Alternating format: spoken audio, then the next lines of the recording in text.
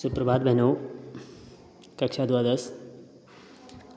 आज डायरी के पन्ने में अगला दिन गुरुवार 9 जुलाई 1942। प्यारी किट्टी, तो आखिर हम चल पड़े। मम्मी, पापा और मैं तेज़ बरसात में भीगते हुए आए। हम तीनों के कंधों पर बड़े बड़े थैले और शॉपिंग बैग थे जो अलम गलम चीज़ों से ऊपर तक ठूस ठूस कर भरे हुए थे। सुबह सुबह काम पर जाने वाले लोग हमें बड़ी बेचारगी भरी निगाहों से देख रहे थे।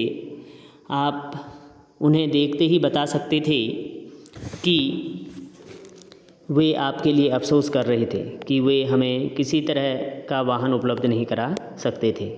हमारे सीने पर चमकता पीला सितारा सारी दास्तां खुद ही कह देता था। जब हम गली में पहुंच गए तभी पापा और मम्मी ने धीरे धीरे बताना शुरू किया कि उनकी योजना क्या थी।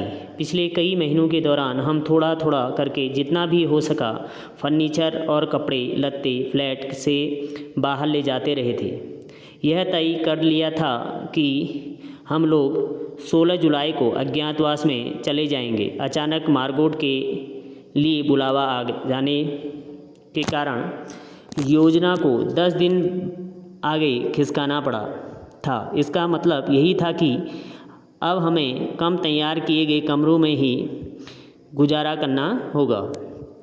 छिपने की जगह पापा के ऑफिस की इमारत में ही थी।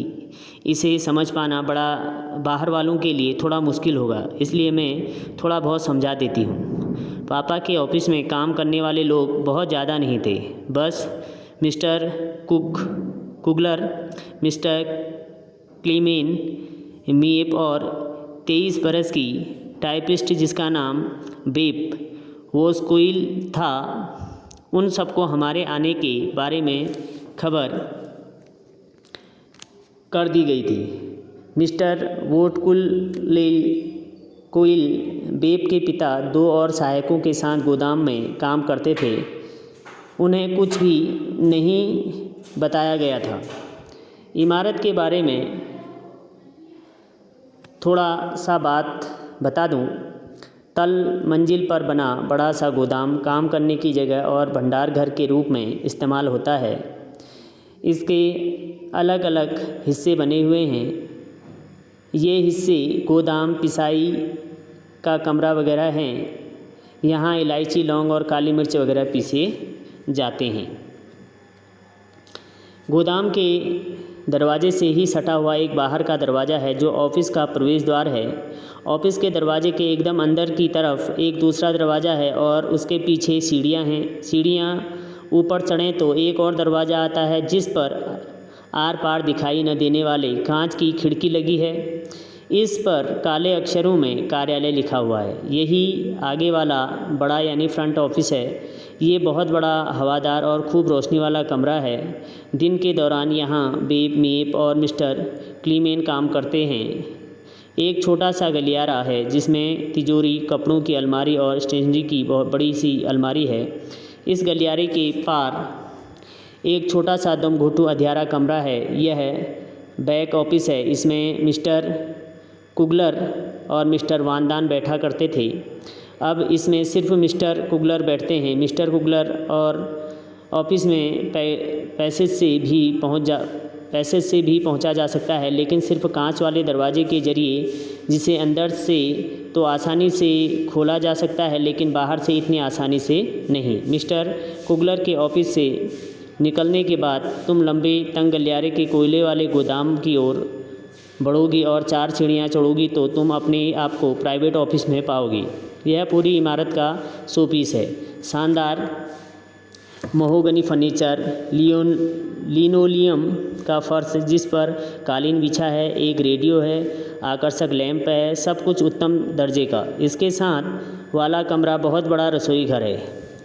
उसमें पानी गर्म करने का हीटर है, गैस के 2 चूल्हे हैं, साथ में पाखाना है।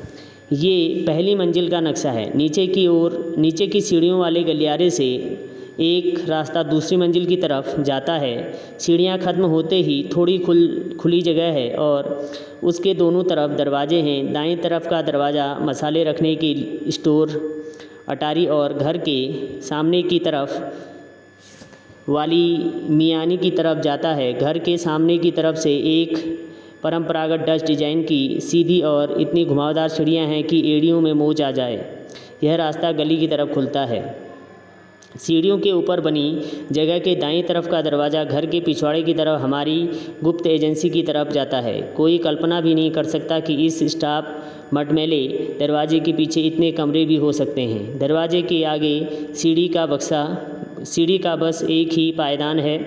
इसे पार करते ही आप भीतर होते हैं। आपके सामने ही कई सीढ़ियाँ ऊपर की तरफ चली जाती हैं और बाईं तरफ एक तंग सा गलियारा है जो एक बड़े कमरे में जाकर खुलता है। यही कमरा फ्रैंक परिवार के लिए ड्राइंग रूम और बेडरूम का काम करता है। अगला दरवाज़ा एक छोटे कमरे का है। यह परिवार की 2 जवान लड़कियों के बेडरूम और स्टडी रूम के काम आता है। सीढ़ियों की दाईं तरफ गुसलखाना है और बिना खिड़कियों वाला एक कमरा है जिसमें एक वॉश बेसिन लगा हुआ है। किनारे की तरफ वाले दरवाजे के पाखाने की तरफ और दूसरे दरवाजे से मेरे और मार्गोट के कमरे की तरफ जाया जा सकता है। यदि आप और सीढ़ियाँ चढ़कर बिल्कुल ऊपर तक चले जाएं तो आप नहर के किनारे बने हुए पुराने मकान के ऊपर एक बहुत बड़ा खुला और हवादार कमरा देखकर हैरान रह जाएंगे। इसमें एक गैस का चूल्हा और एक सिंक है। भगवान का शुक्र है कि यह मिस्टर कुलगर की प्रयोगशाला के काम आता था। यह मिस्टर और मिसेज वानदान का बेडरूम और रसोई घर होगा। इसे कॉमन कमरे, ड्राइंग रूम और हम सब के लिए स्टडी के लिए भी इस्तेमाल किया जा सकेगा।